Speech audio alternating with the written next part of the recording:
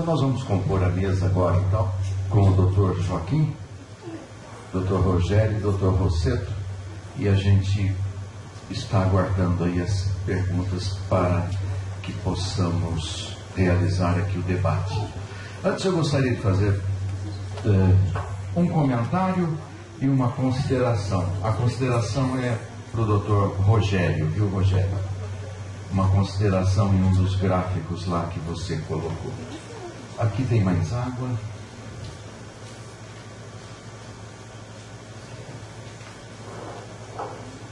O comentário é que todos aqui nessa sala consideram, assim, inegável a missão de todos os institutos de pesquisa, né, Joaquim? Então, lá atrás a gente vai pegar um pouquinho, não é do meu tempo, viu, Long, mas do que eu já li.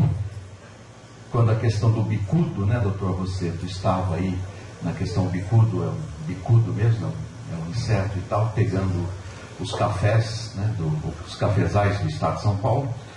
A Fazenda Tosano, o Instituto Biológico e tal, já deram uma solução para aquele problema, né? A Fazenda Tosano, uma fazenda adquirida por um japonês e tal, isso talvez em 1946 aproximadamente. Depois, só puxando 3 exemplos, né?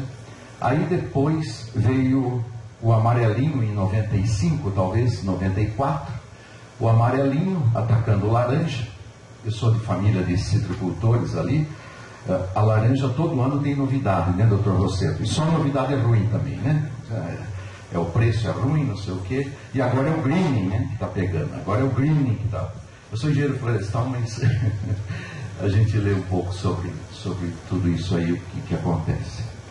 E agora, essa semana, nós temos o Instituto Butantan, irmão também, né? Instituto irmão nosso, tudo. Numa resposta rápida aí também, a 4 tipos de dengue. A Anvisa aprovou um tipo de vacina francesa para somente um tipo e com 60 e poucos % de eficiência.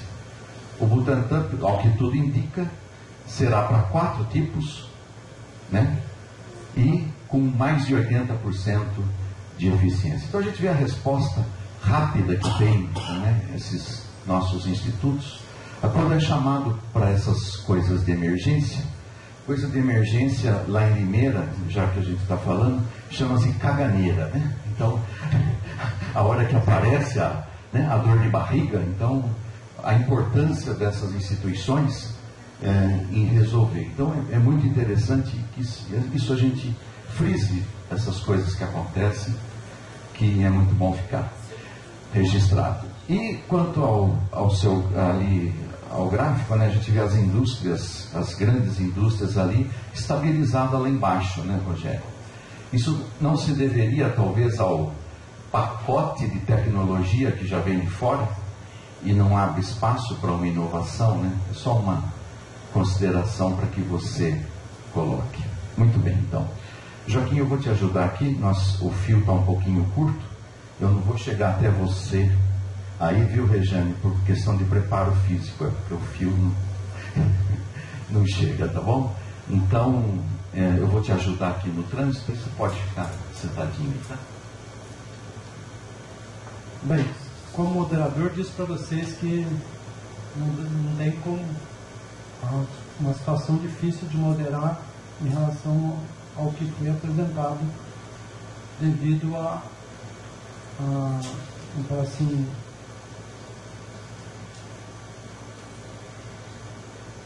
fugiu a palavra, mas então,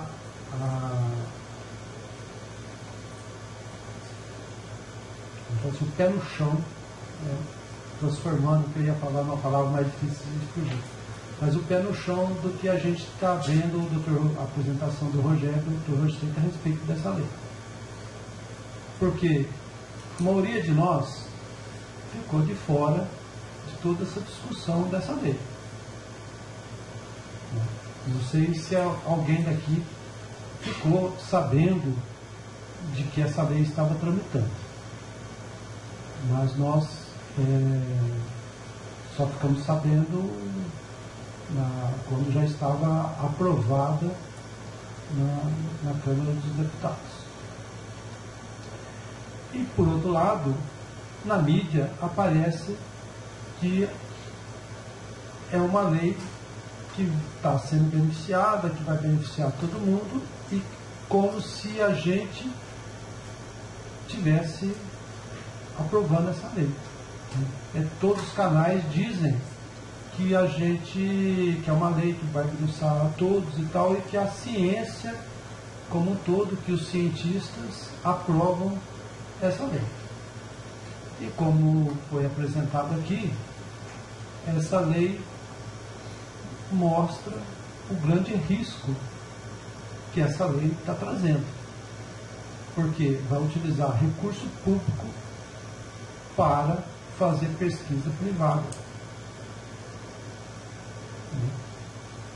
ou deixar de fazer com que as nossas instituições públicas sejam menos competitivas ainda do que já é com as instituições, com as empresas. Porque nessa lei desobriga o governo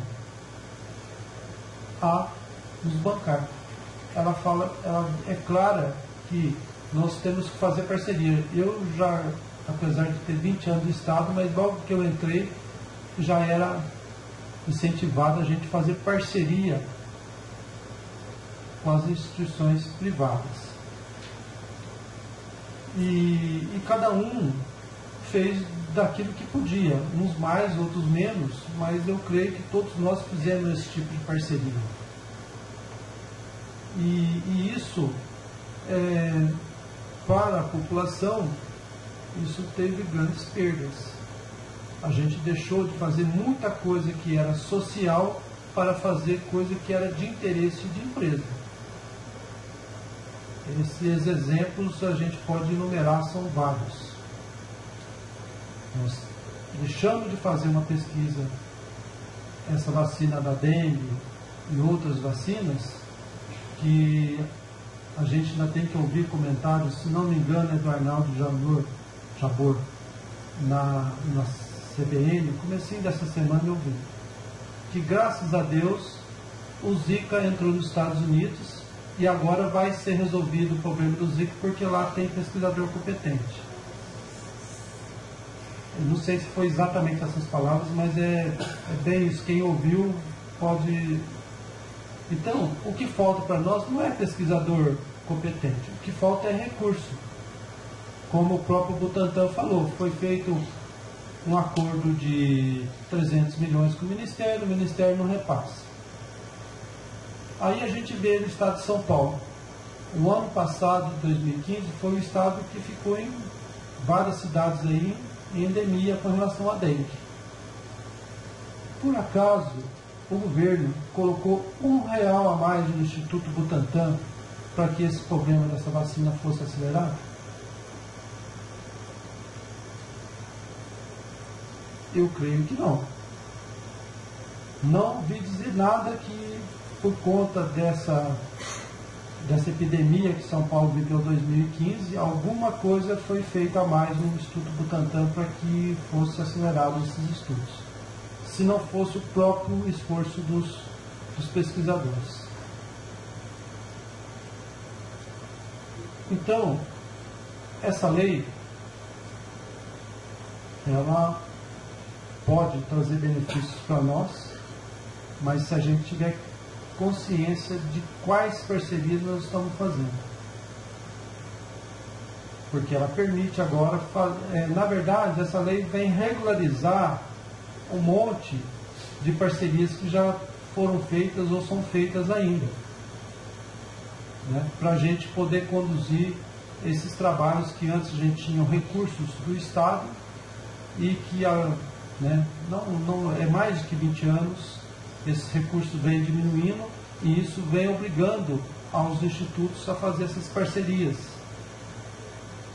E algumas boas e algumas não tão boas e algumas más, né? Bem más.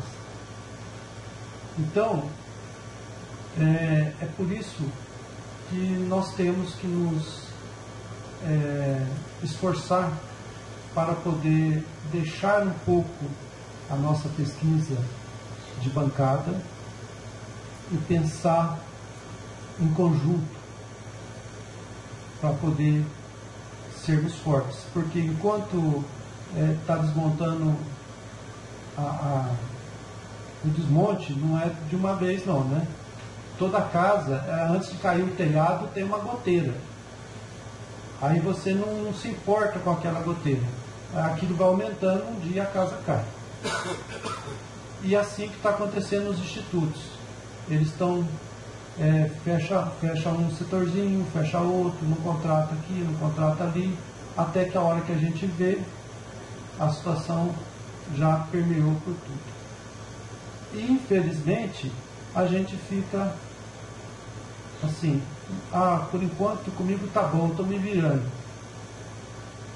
Essa é a postura mais comum. Eu tenho conseguido recurso e tal. Porque tem gente que consegue mais fácil do que outros, mas isso não significa que aquele que não consegue recurso, que a pesquisa dele é menos importante do que a que se consegue recurso. E isso passa a ser uma lei, assim, vamos dizer, do selvagem, né? Aquele que consegue se estabelecer vai aumentando cada vez mais e se importando menos com aquele que não se consegue estabelecer. E com isso, a gente não forma um núcleo conciso de luta e de pensamento conjunto. Os pensamentos passam a ser individuais.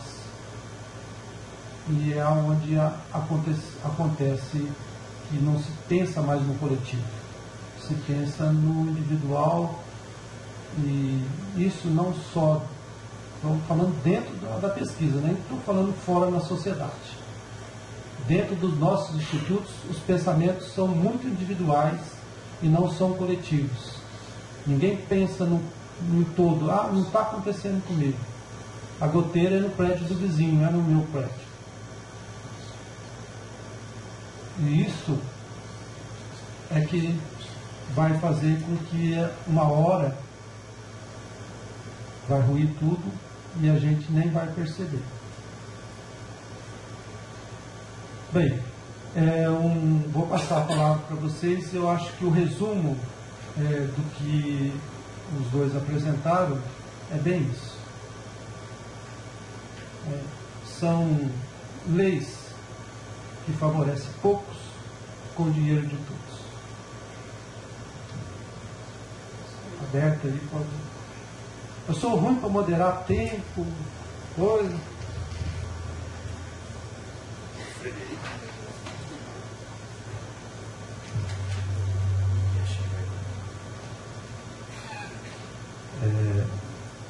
Joaquim, bom dia. Rogério, você. Como essa lei tem sido vista pela universidade, né? Pelas associações de docentes, pelo corpo de professores? Vocês têm acompanhado, têm se relacionado com essas entidades, né? Então eu queria que você passasse também essa visão, que vocês passassem, né? Como isso está sendo visto pela universidade e seu corpo de docentes. Né?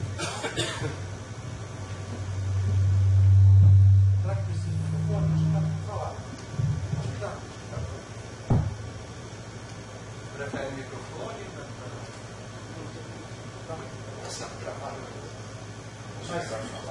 Precisa do microfone para gravar ou não? Acho que pega o som bem. Mas alguém Bom, tenta responder a pergunta.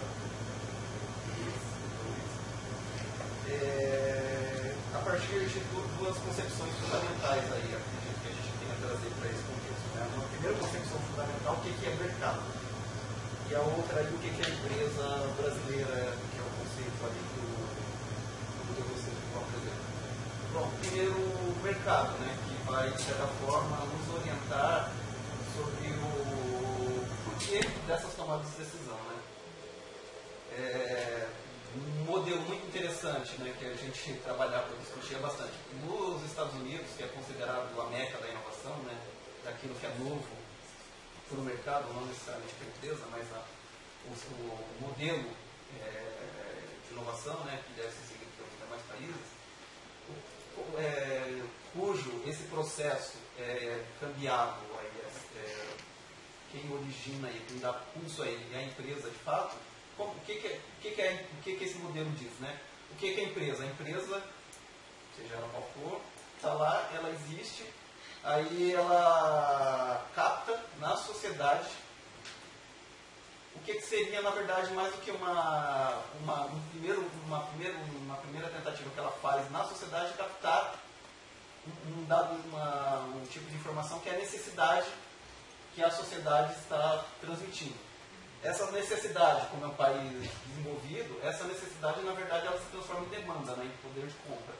Aí lá, o que a empresa faz? Capta a necessidade, a sociedade está requerendo, necessitando de um instrumento que ajude a fazer um processamento mais ágil, tal, porque todo o processamento que ela faz é uma coisa demorada. Aí a empresa lá, o empreendedor, o que ele faz? Ele transforma aquilo numa ideia. Aí surge o computador, vamos dizer assim, esquematicamente, né?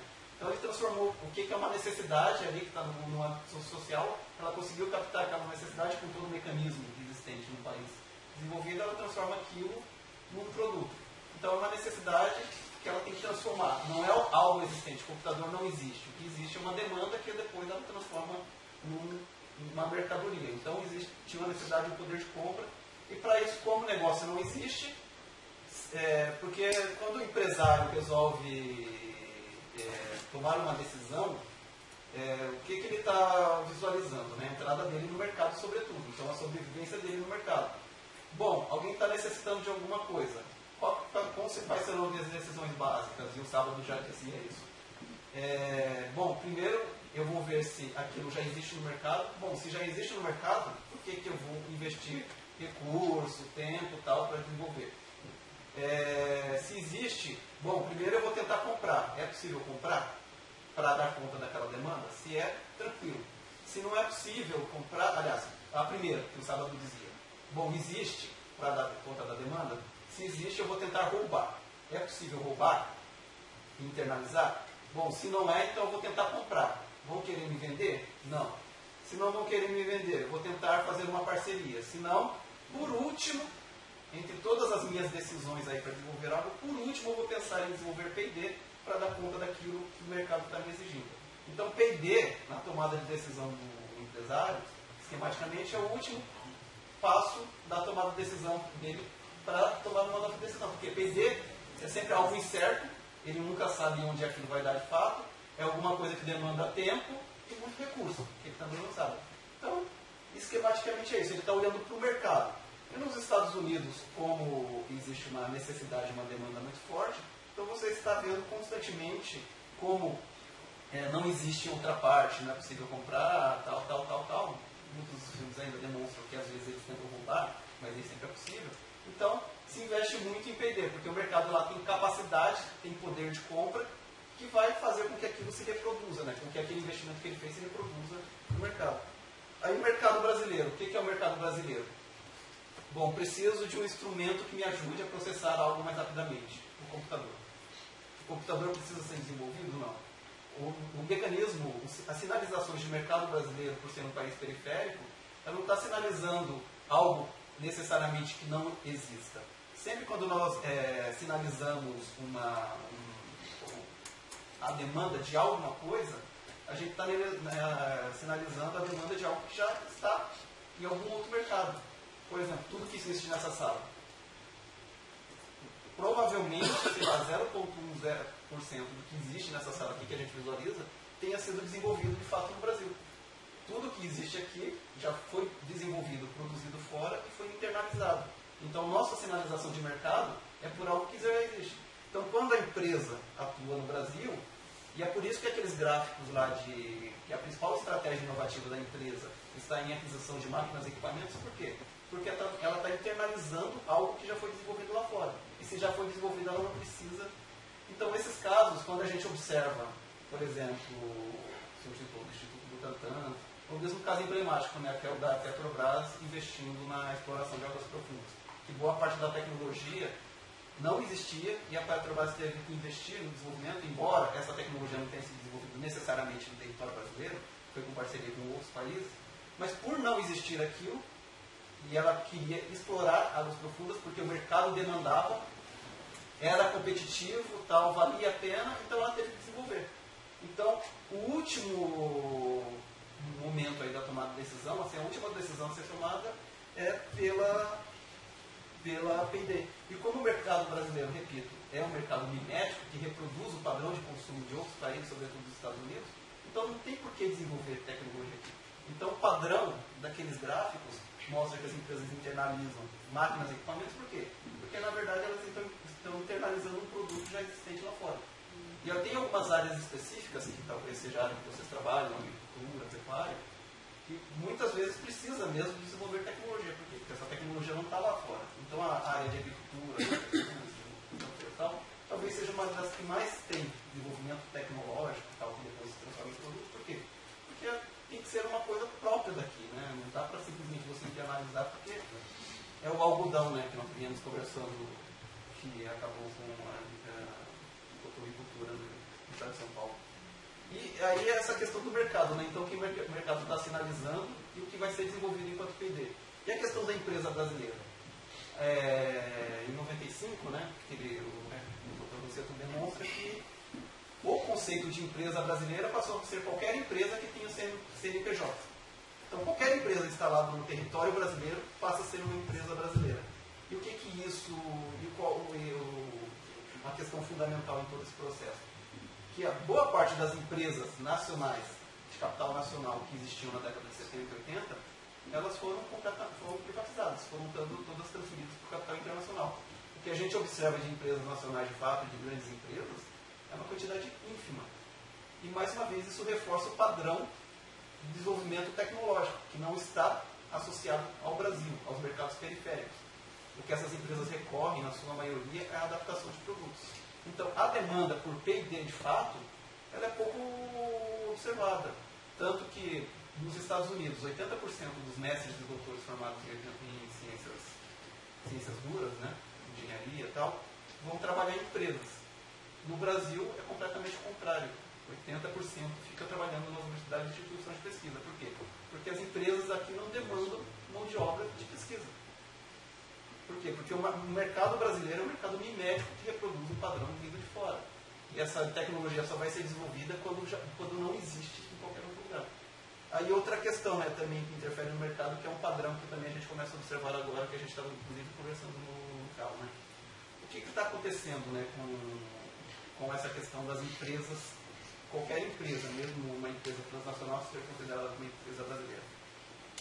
As instituições de pesquisa públicas, sobretudo, ainda elas têm um status diferenciado, algumas facilidades, entre aspas, aí para você conseguir acesso a recursos, a mão de obra, tal. Muitas empresas transnacionais, ou elas acabaram completamente com as suas concorrentes congêneres no Brasil, como produção de sementes, por exemplo, né, que foi completamente, elas compraram todas as empresas, não para dar um impulso a essas empresas, mas para acabar com a concorrência. E o mesmo começou a ocorrer com a pesquisa no território brasileiro. Elas começaram a fazer parcerias com as instituições públicas, não porque elas necessitavam de fato da pesquisa, mas porque elas precisavam acabar com a concorrência. Por quê? Porque aqui elas precisavam adaptar, mas a pesquisa tinha que vir de fora. Por quê? Porque envolve sigilo, envolve propriedade privada dos recursos. Então, muitas das parcerias que foram sendo desenvolvidas nas instituições de pesquisa era para correr, por exemplo, com a linha de cítricos, né, do IEC, que depois foi toda apropriada pela Fundecitrus, né? Não era para desenvolver pesquisa necessariamente, mas era para poder ser apropriada aquilo. Então, tem muito desse movimento que faz, né, com que algumas áreas, algumas questões sejam de fato relevantes, e como não existe pesquisa fora, não existe como lidar com aquela questão, então você tem que, de fato, investir em P&D para dar conta daquela demanda. Só que a maior parte das questões que a gente observa assim, no cotidiano dos brasileiros, a demanda já está posta, né? Então é só internalizar. Posso fazer um comentário? Eu não sei se eu entendi muito bem a resposta em relação à questão do que o Fred colocou. Eu acho que alguém perguntou. Eu tinha feito uma pergunta antes. Acho que você já vai responder então agora. Miguel Freitas. Complementando então a questão do Fred, que as universidades eles têm recursos humanos, certo? tem os estudantes, que é de onde a gente veio. E as empresas, elas se beneficiam de alguma forma, porque muitas vezes as empresas acabam contratando aqueles alunos. Acho que a pesquisa que é feita na universidade é uma mão de obra barata. Quando eu fiz o meu doutorado, existiam no laboratório em torno de 30 pessoas trabalhando lá. Eu tinha meu projeto, que era com espécie arbórea, mas eu trabalhava gratuitamente para a Xylella fastidiosa, que foi um programa que foi financiado pela FAPESP. Então, foi uma mão de obra barata. Muitos daqueles alunos que estavam ali, poucos tinham bolsa realmente do projeto da FAPESP, mas muitos desenvolviam essa tecnologia que hoje é utilizada até pelo Butantan para desenvolver essa parte de biologia molecular. Então, a facilidade das universidades é maior do que a nossa em relação a estar atuando com pesquisa aplicada a essas empresas. Então, esse comparativo que eu queria também ampliar aí, essa dúvida que o Fred colocou, que eu acho que é muito pertinente.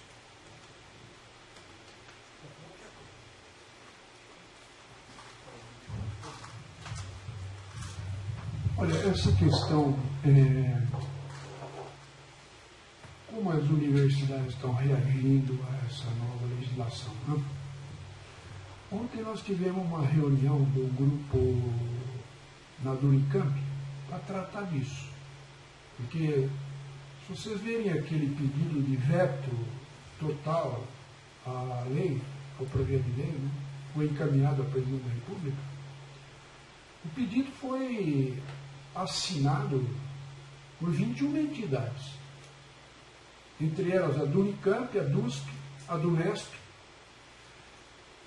e a Associação dos Estudantes dessas 3 universidades, mais a Paula Souza.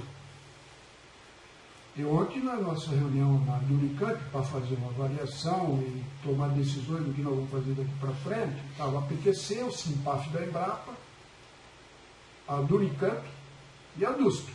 Não tinha o pessoal da Unesp lá, mas tinha essas entidades representadas. Agora, eu acho que a situação deles é bem semelhante à situação dos pesquisadores. Quer dizer, tem uma parte favorável, tem uma parte contrária, porque eu acho que essa lei, ela tem um aspecto positivo, que é aquele artigo que o Dr. Rogério começou, foi o primeiro slide, se não me engano, que ele mostrou, o artigo 9 da lei, que permite a qualquer prefeitura, governo estadual, governo federal, dar dinheiro para um pesquisador, uma instituição de pesquisa, mediante outorga, um contrato. Então, eu acho que isso é uma coisa muito boa. Você pode, está legalizado, qualquer pesquisador receber dinheiro de uma prefeitura ou de um governo qualquer, mesmo pode não ser o governo do próprio estado onde ele está, mas está autorizado por lei você fazer um contrato e receber o dinheiro. Na minha visão, não há impedimento legal mais para que qualquer pesquisador faça um contrato, e esse dinheiro pode ser para a instituição ou direto para o pesquisador, está escrito no artigo da lei. Então, não há impedimento. Isso aí eu acho uma coisa muito boa, porque não submete o pesquisador, não retira dele as obrigações constitucionais de que esse trabalho seja um trabalho público. Não, então isso aí eu acho que é muito bom. Então, agora, como as universidades estão reagindo, eu acho que tem uma... Então, oficialmente, né, essas instituições que representam os professores universitários estão contrárias à essência do projeto, que é a privatização das instituições, da pesquisa, realmente, né? Mas dentro das universidades, se você for ver quem é de fato contra e a favor, eu acho que a maioria está a favor, porque é por isso que foi aprovado como doutor. O clero da academia está favorável, a FAPESP está a favor, claramente a favor, a SBPC a favor. Não, eles são compostos por acadêmicos. Então, tem muita gente dentro das universidades favorável ao projeto, né? Tem muita gente contra. Então, não é uma questão pacífica. E o que vai acontecer no futuro, isso daí eu não posso prever, mas é uma polêmica, né? Tem um aspecto polêmico nessa lei, né? Não é uma questão consensual, como está sendo apresentado pela imprensa, muito bom, ótimo. Não. É uma questão muito polêmica, e essa polêmica não foi levantada, não foi discutida, não foi debatida. Essa que é a realidade. Essas audiências todas que foram feitas, como agora, na próxima, dia 9 de março, vai ter uma aula inaugural lá na Unicamp com 3 apresentadores favoráveis ao projeto, inclusive a presidente da SBPC. Né? Então, eles têm o poder na mão, eles podem marcar uma aula inaugural com argumentos favoráveis e tudo, mas eu pretendo ir lá no auditório, pedir, dá licença aqui.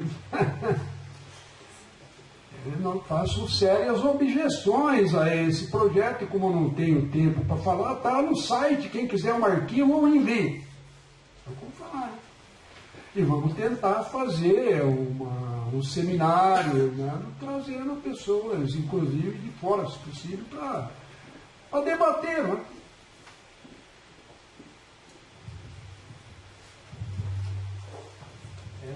Tentando responder ao Frederico e ao Miguel, assim, primeira observação do Miguel, acho que essa questão, né, sobre a utilização de mão de obra qualificada e barata dentro da universidade.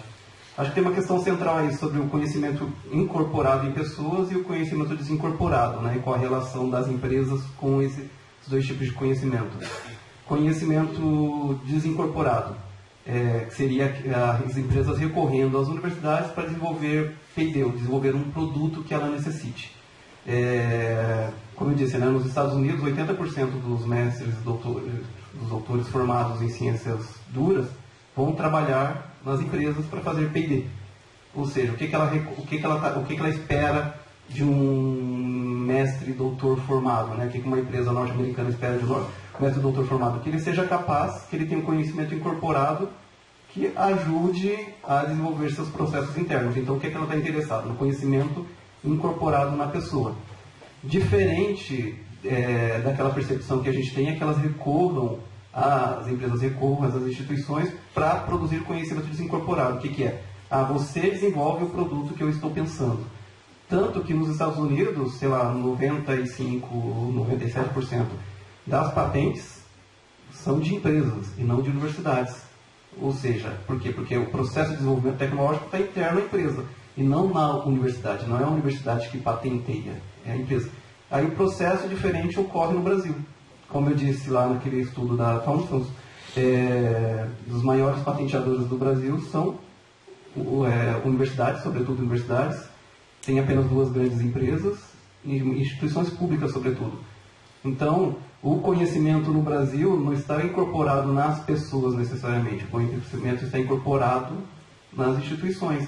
Por quê? Porque o que é produzido no final? Pesquisadores que vão trabalhar nas instituições, nas empresas, tal, para produzir pesquisa, não. O que eles estão fazendo lá dentro é produzindo produtos e processos que depois serão patenteados pela própria instituição. Parte desses pesquisadores depois são até transferidos para a iniciativa privada, mas muito por conta que qualquer empresa vindo de fora, trazendo seus produtos e processos de fora, ela precisa adaptá-los minimamente às necessidades que ela tem aqui, né? Então, eu preciso desse conhecimento também para fazer isso. Não para fazer P&D, que é bem diferente. Entre fazer P&D, pesquisa de fato, tal, e incorporar esses processos. Tanto que, nesse livro que eu citei para vocês, que foi o resultado do meu mestrado, eu estudei especificamente a relação da Unicamp com os setores produtivos. Para entender um pouquinho dessa relação entre universidade e empresa, arranjo produtivo local, né? Porque a ideia de um polo e parque de alta tecnologia é o setor produtivo que precisa, indissociável a relação dele com as instituições de pesquisa para se manter no mercado. Essa é a ideia de um polo para de alta tecnologia. Então, fui entender, bom, a Unicamp, até então, era a maior instituição, uma instituição, né, dentre empresas, inclusive, que mais patenteava no Brasil. Ela detinha o maior número de patentes. De 89, foi quando tem os primeiros registros, até 2008, foi quando eu fiz o levantamento, a Unicamp tinha solicitado 589 registros de patentes para o INPI. Solicitado, olha, isso daqui é algo que eu estou fazendo, eu quero patentear. Desses 589, apenas 50 tinha sido concedido como um processo de fato novo patenteado. Só que todo esse processo entre registrar e tal demanda recursos financeiros. Desses 50 concedidos, ela tinha licenciado até 2008 20 registros de patente. E desses 20 registros, eu acho que desses 20 contratos, 5 eram com uma mesma patente. Então, assim, de coisas novas que ela tinha desenvolvido, 15 tinham sido, de fato, transferidas para a iniciativa privada. Isso representava em ganhos para a universidade, em ganhos financeiros para a universidade, assim, na receita de pesquisa só da universidade, 0,001% dos recursos que a universidade aplicava nas suas pesquisas. Então, ela utilizou, sei lá, X para fazer pesquisa. Esse X para fazer pesquisa resultou em uma patente. Essa patente foi licenciada por uma empresa. A empresa tem que me pagar royalties. Do total de royalties pagos pelas empresas para a universidade, para a Unicamp, isso representava do total investido de pesquisa por ano, cerca de 0,01%. E da receita total da Unicamp, isso representava cerca de aliás, a primeira era 0,01 da receita de pesquisa e o outro era 0,01 e o outro, acho que era mais ou menos essa relação, era muito próxima.